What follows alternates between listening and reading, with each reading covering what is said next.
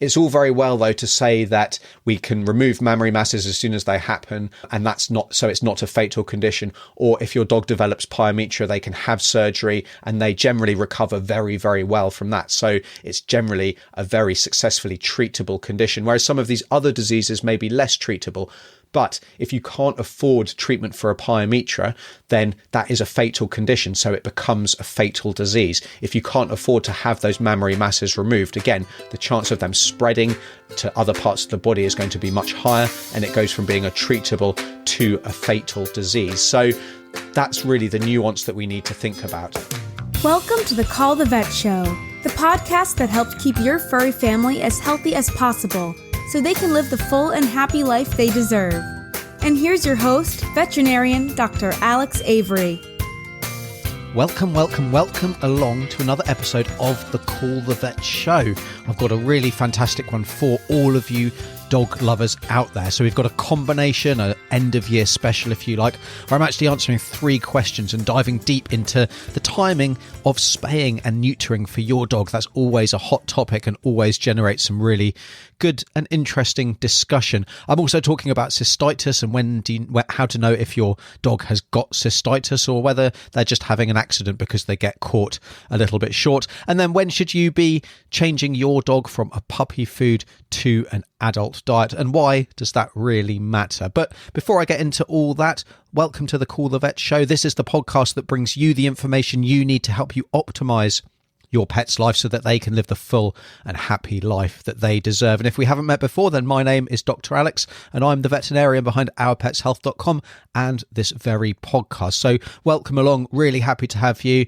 Make sure you hit that subscribe button if you're not subscribed already. And this has something for every dog owner. So make sure you share it far and wide with all of your dog loving friends and family. And then just before we jump into today's episode, I wanted to remind you or let you know if you don't know already about my free guide, Pet Health Essentials. So this is the guide that gives you my 5 key steps to avoid the most common diseases that I see every day as a veterinary surgeon. The 5 things that you need to think about to optimize your pet's health and happiness while also saving you money on your vet bills at the same time. And who doesn't want to do that? So you can grab that free guide today simply by heading over to ourpetshealth.com/free guide. But for now, let's jump into today's question. Hi, my name is Jennifer Burns, and I'm a certified behavior consultant and certified professional dog trainer. I own Conscious Dog Training, and I also run a free positive reinforcement puppy training group on Facebook called Positive Puppy Training and Support. We get a lot of vet questions, and we always refer people out to their vets. Some of our top few questions include, what is the best age to spay and neuter? We also get asked how to tell if a dog has a UTI or if it's just regular puppy potty training issues. Again, we always refer people, but what would be the telltale signs of a UTI? And then lastly, how long should a puppy be on puppy food? So we'd love to know. Thank you. So there's some great questions there, Jennifer, and hopefully I'll be able to give you a little bit of my insight into some of the things that your audience will want to think about.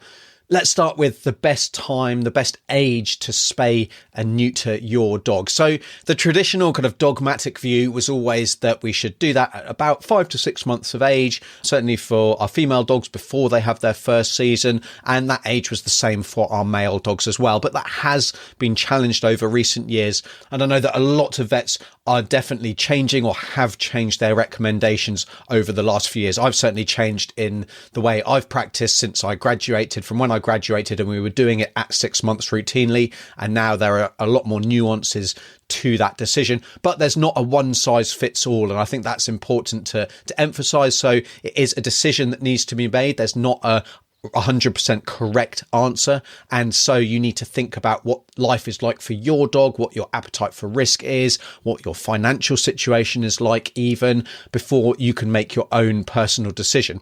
Now, what do I think is kind of a general broad recommendation? I would say that for small breed dogs, so dogs that are maybe less than about 20 kilos. So I know a 20 kilo dog isn't a small breed, but that's kind of my cutoff, 20 to maybe 25 kilos, depending on the breed again.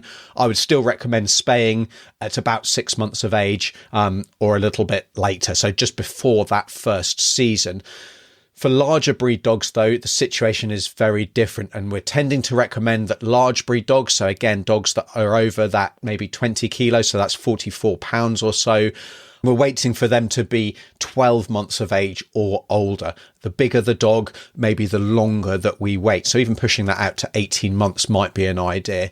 So let's discuss why that's the case and what the benefits of spaying are. So the big benefits of spaying and why we do this procedure in the first place are a reduction in mammary cancer, so that we know if we spay before the third season, we reduce the incidence of mammary cancer by about 75%. If we're doing it before that second season, we're reducing it by about 95%ish. And if we're doing it before that first season, we're reducing it by about 99%. Those are rough figures, but you can see that's a huge benefit. If we're spaying them later than that, so after their third season, although we still have a reduction in mammary cancer, it's not nearly as marked as those early years.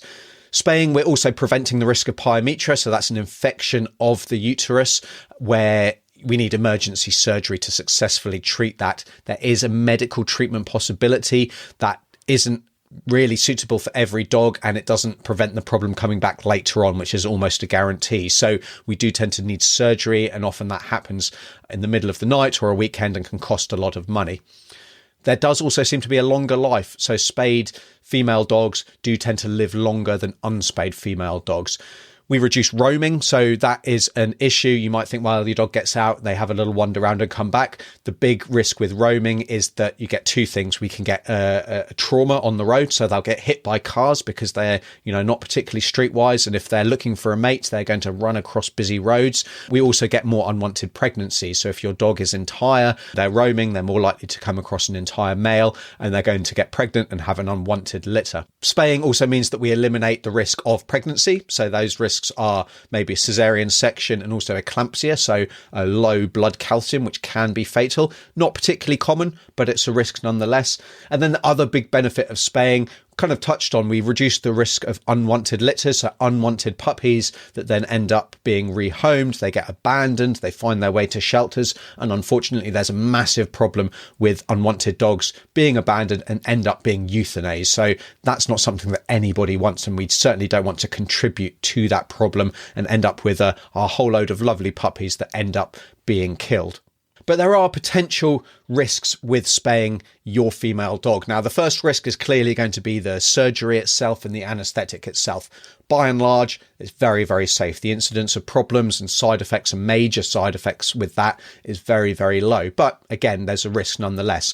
Urinary incontinence is another problem we can get after spaying. That does seem to be more of a problem if we're spaying really early. So those are our kind of 12-week-old neuters. So that's why we don't do it before 6 months of age, because we don't want to really increase that risk of urinary incontinence.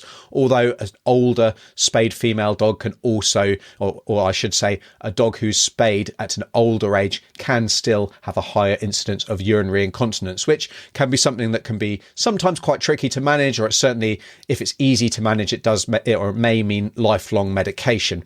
Obesity is a big thing.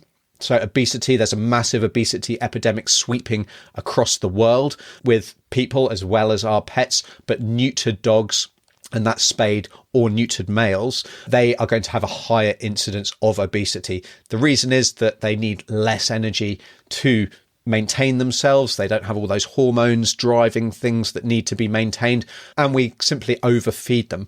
Now, there are changes in their metabolism as well, which doesn't help when it comes to putting on weight, but it's really important that when we neuter or spay our dogs, that we actually adjust their diet accordingly to prevent obesity, which is definitely possible. It's not a given that they're going to become overweight, but we do need to be conscious of that risk and take steps to avoid it.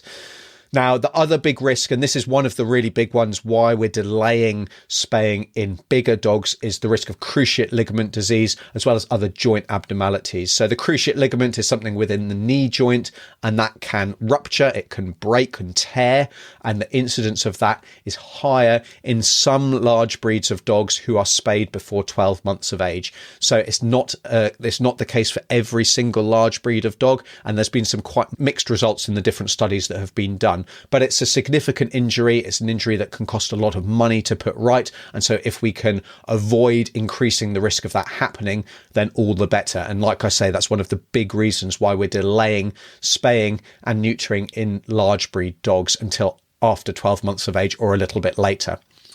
As well as those other joint problems, we're getting maybe hip dysplasia, maybe increased incidence of elbow problems. But again, that's very breed specific, and it's certainly not a given that that is definitely the case. The information is very mixed at this stage, but there's little harm really in waiting until they're over 12 months of age.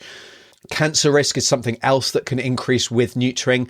Again, that's very mixed because clearly we're reducing mammary cancer, and the incidence of mammary cancer is really pretty significant in unspayed dogs, and it can be fatal. So it's not simply we're increasing the risk of cancer, because some of the more common ones we're actually reducing by spaying. The big one, though, is Rottweilers and osteosarcoma. So that's a horrible bone tumor. It's incredibly painful. It's a very, very aggressive and is really a horrible disease. And Rottweilers, the increased risk seems to be huge. So they go from maybe a 1 in 10 risk to a 1 in 4 risk. So that's, again, something that we need to think about and we need to bear in mind. And so we're definitely delaying till over 12 months of age for those breeds of dogs because of that increased risk if it's carried out earlier. And then the final potential increased risk with spaying your dog is autoimmune diseases. Now, these are not very common. They're pretty rare diseases, but there is the potential that the immune system gets affected and it starts attacking itself. That's what an autoimmune disease is. So the classic ones here are something called autoimmune hemolytic anemia, where the body's immune system actually attacks and destroys the red blood cells. Really not a very nice disease, but it's rare. So there's a couple of things that we need to think about when we're having this discussion about the best age for spaying. One is, although we're increasing the risk of certain diseases, are we increasing the risk of a very, very uncommon disease that still is very, very uncommon even with that increased risk? Or are we increasing the risk of a disease that is pretty common, and as a result of that increase it becomes very common? So we need to consider the frequency of those problems and what that change in risk is affecting. So clearly the benefits, pyometra is very common. So pyometra, 1 in 4 dogs by the time they get to 10 years of age will develop pyometra. So that's very, very common in unspayed dogs. Equally, mammary tumours as well are very common in unspayed dogs. So if we can significantly reduce the risk of that, we're going to have a massive impact on a dog's health, their quality of life and their longevity, which is shown up by the fact that neutered, spayed dogs do seem to live longer than unneutered dogs. The other key thing we need to think about when we're making these recommendations and thinking what's right for your dog is actually how affordable are these conditions for you. So if your dog does develop a pyometra, are you going to be able to easily afford to have them treated, have that surgery performed in the middle of the night at an emergency clinic, which is going to cost you a lot of money? There's no two ways about it. Are you going to be able to afford to remove any mammary masses that do occur as soon as they occur? So there may be several surgeries that your dog needs from that point of view, because if you can jump onto those conditions early and treat them successfully, then it may be that you're happy to keep your dog entire for longer or keep them entire to avoid some of those more untreatable conditions that may be a higher risk. It's all very well, though, to say that we can remove mammary masses as soon as they happen, and that's not so it's not a fatal condition. Or if your dog develops pyometra, they can have surgery and they generally recover very, very well from that. So it's generally a very successfully treatable condition, whereas some of these other diseases may be less treatable. But if you can't afford treatment for a pyometra, then that is a fatal condition. So it becomes a fatal disease. If you can't afford to have those mammary masses removed, again, the chance of them spreading to other parts of the body is going to be much higher. And it goes from being a treatable to a fatal disease. So that's really the nuance that we need to think about. So there really is no one size fits all. And if you want to jump into more details and more information about some of the risks and benefits and discussions around that, then I've got another kind of much more detailed post, and I'll leave links in the show notes to that as well. So when should you castrate your male dog? Now, the benefits of castrating, neutering a male dog are less clear cut than a female dog. Now, there are definite benefits. So those benefits are reduced roaming and trauma on the road. So dogs will really try their best to break out and get to the bitch on heat down the road. And In doing so, they are going to have an increased risk of getting serious injuries and even killed on the road. We're going to get reduced behavioural problems, potentially reduced behavioural problems, because something like fear aggression is actually increased if we neuter a fear aggressive dog. But there's a potential reduction in behavioural problems, so other aggressions and hormonally driven problems, but also those behaviours of trying to break out and get to the female dog on heat down the road. We get a reduction in certain prostatic diseases, so something called benign prostatic hyperplasia, which is a normal process in older dogs where the prostate becomes much larger and it grows, and that can cause problems with increasing risk of infection, with problems going to the toilet, so defecating, because it can effectively compress the colon and block the stools from being passed. Prostatic cysts and that kind of thing are also reduced. Now, neutering a male dog, though, doesn't reduce the risk of prostatic cancers, which is something that's clearly important to bear in mind, although thankfully those types of cancers are pretty rare and uncommon in our male dogs. Other benefits of castrating your male dog, it's going to reduce unwanted puppies, which are going to, again, go into the shelter system and unfortunately be euthanized. There's a huge problem with that. And it's very difficult sometimes to find forever homes for puppies, especially if we're not breeding on purpose. It may be when that female dog becomes pregnant, they don't know what breed of dog that male was, and so they become less desirable for a rehoming situation. And there are potential side effects to getting castrated. So they're very similar to female dogs. It includes things like joint disease, increased risk of cruciate ligament disease for our big breed dogs. That really is a bigger breed dog problem rather than a small breed dog problem. It may increase the risk of certain cancers. It's going to increase the chance of developing autoimmune diseases, although again, those are very uncommon conditions. And so castration is less important for male dogs and maybe has less medical benefits compared to spaying for female dogs. Now, that doesn't mean it shouldn't be done. And I think in a lot of in a lot of situations, it really is very important. But if you can be certain that your dog is held in a secure area, they're kept in a secure garden yard, and they cannot escape, so they cannot contribute to that population of unwanted puppies that then get abandoned into shelters and then end up being euthanized, which is such a horrible situation to be in. And if there's no behavioral problems that are hormonally driven, then leaving your dog entire is certainly a fair enough decision. If you can't guarantee those things, though, then you really need to get your dog fixed, because the health benefits are there for them. There are definite health benefits, and they're not going to be contributing to that unwanted dog population. You know, however you look at it, that is a problem for all entire dog owners to be aware of. And you definitely don't want your dog to be responsible. Even with a male dog, you're not going to have to deal with those puppies, but someone else is going to have to deal with them, and someone else is going to have to euthanize them when they end up being rehomed to a shelter. So that is your responsibility. There's no two ways about it. And also, if they are showing any hormonally driven behavioral problems, castration may be a really good benefit for that. It doesn't mean that you can avoid needing to socialize your puppy properly. That's incredibly important. And it doesn't mean that you shouldn't consult a veterinarian or behavioral specialist to see if there's any other options there. But castration definitely has a role. So let's change tack. And how can we tell if a puppy has a urinary tract infection, or if it's just potty training problems and they're having accidents on the floor because they're not quite able to get to the toilet, get outside in time, or let you know what's going on? So the first thing to say is that urinary tract infection in puppies is really not very common. So the probability says that it's more likely just a bit of an accident rather than an infection. But there are some hallmarks for a UTI, and those include straining to go to the toilet. So if your dog seems to be squatting or cocking their leg and they're straining, or they seem to not really be passing very much, and they're going more frequently, then that is a real hallmark of a urinary tract infection. That passing of small amounts of urine, so they might not even be straining, but if they're only passing very small drips rather than kind of a big puddle, which they would normally produce, then that's a sign that there may be an infection going on as well. You might notice a change in that urine. So puppy urine is often quite dilute. It's often quite watery. It doesn't have a really, really strong smell. So if you notice that the urine is starting to smell an awful lot more strongly, if it's becoming cloudy, or if it's changing colour, so a stronger yellow, it might even be pink or even bloody if there's a severe urinary tract infection, then those are definite warning signs that everything isn't right.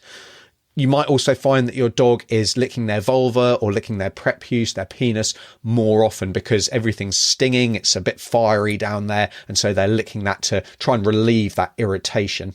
And then finally, your dog might have difficulty settling. So because they're uncomfortable, they might be kind of pacing a little bit. They're not going to be lying and resting as they normally would. And they just seem a little bit unsettled. So that's a sign that there could be something going on. Now, that's a sign that there could be another illness as well. So contrasting to this, puppies that are just having accidents because they're not quite able to hold on, or they suddenly need to go and they weren't aware of it, and so they're having an accident in the house, are that they're having a much bigger pool of urine. So they're fully emptying their bladder, and that's going to be quite a lot of urine. So they're going to have a bigger puddle. The urine is going to be, non-smelly. It's going to be quite watery, so it's not going to be a strong colour. And otherwise, your dog is behaving completely normally. That's much more likely to be a potty training problem. Equally, the time that they have their accident is going to be a bit of a clue here as well. So puppies will often need to go to the toilet straight away after they've eaten or after they've woken up. So if your dog seems to be having accidents at those particular times, then it's much more likely that it is an accident rather than an underlying urinary tract infection. And so if you're suspicious that your puppy does have a UTI, then there's a few things that you need to do. The first thing is, if you can, collect a urine sample, because that's going to be so helpful and give a lot of information to your vet.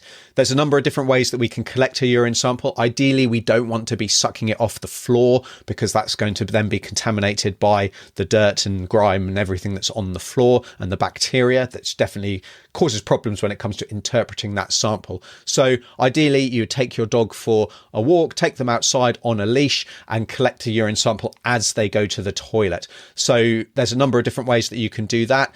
Wear gloves if you have them. That can be helpful to keep you nice and clean. But you can use just a takeaway container, or another way to do it is a ladle, actually, and that allows you to kind of nip it underneath your dog and catch the urine without kind of freaking them out by bending down and scooting down too low, because sometimes dogs can be a little bit weirded out by you kind of trying to collect their urine. Now, once you've got that sample, and you don't need gallons of the stuff, we only need a few drops. So if that's all you can get, then fantastic. If you can get more, great. Pop that urine sample into a thoroughly cleaned glass jar. So that could be a jam jar or something like that. Ideally, we want to be testing that as soon as possible. But if you can't take that into the vet straight away, pop it into the fridge until you can. And then the second thing you need to do is clearly make an appointment with your vet so that they can check them over, they can examine that urine, and they can treat your puppy's urinary tract infection if it's present. And so finally, when should you change your dog's diet from a puppy food to an adult dog food? Well, that's going to depend on their breed and their size. When I say size, and when we're talking about size, we're thinking about what their adult weight is going to be and what their healthy adult weight is going to be. So you need to maybe think about what the standards are for your dog's breed, and also how big their parents were, because there is a huge variation actually within breeds of what size they're going to be. But by and large, we think small breed dogs, they mature a lot faster than our large breed dogs, and so they need to be transitioned earlier. Now, toy breed dogs are the first ones. So they are dogs maybe less than 4 kilos, or kind of about 8-9 pounds ish. And they're going to need to be transitioned at about 7 to 8 months from puppy food to adult dog food.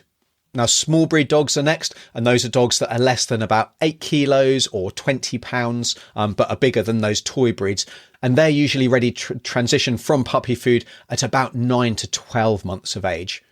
Medium breed dogs, so those between about 8 kilos and 25 kilos or 20 to 55 pounds, are going to need to be transitioned at about 12 months of age. So a year of age, they're going to move from puppy to adult dog food. And then our large breed dogs, so those that are more than about 50 pounds when fully grown, they actually might not be ready to switch until they're about 15 months of age.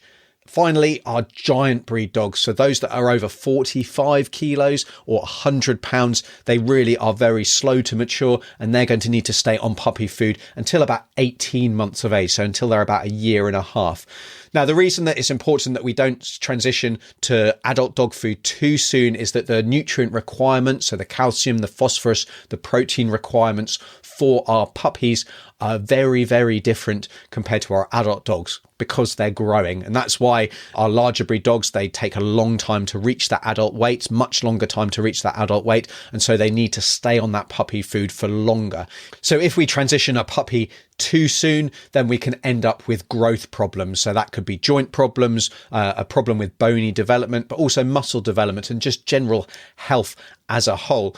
If, though, we transition too late, because puppy diets are much higher in energy, their calorific content is more, we can end up with a situation where we're getting a dog who is overweight and obese. That's a really common problem and has a massive impact on general body health well into the future, and actually reduces the quality and the quantity of life for our dogs. And while it's possible to reverse that and clearly reverse any weight gain that does take place, a dog who is overweight in their early years is much more likely to remain overweight or become overweight again as they get older. So really that is something to avoid at all costs as well. So I'd love to hear your thoughts on these topics, especially the spay neuter timing one. We all love it when recommendations and evidence is black and white.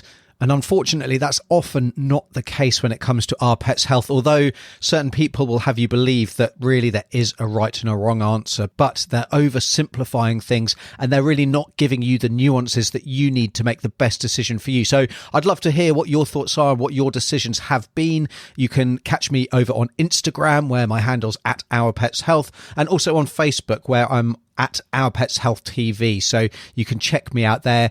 Send me a DM over on Instagram. I'd love to hear your thoughts. Remember as well to check out that free guide, Pet Health Essentials, so that you can really take the first steps to optimizing your pet's health so that they can live the healthy and happy life that they deserve. You can get that at ourpetshealth.com/free guide. And I'll leave all the links to everything I've discussed today in the show notes as well. And lastly, if you're feeling in a generous festive mood, I'd appreciate it so much if you could share this podcast with 3 or 4 of your dog-loving friends and family. It really helps grow the podcast, helps attract more listeners, lets people know that it's something that's worth their time, and allows me ultimately to help more people and more pets, which is really what I'm all about. So that's it from me for this week. I'm looking forward to catching up with you again next week for the final episode of the year. But until then, I'm Dr. Alex. This is the Call the Vet Show. Take care. Thanks for listening to Call the Vet. For full show notes and any links mentioned in today's show, head over to callthevet.org, where you can also submit your question to be featured on an upcoming episode. We'll see you next time.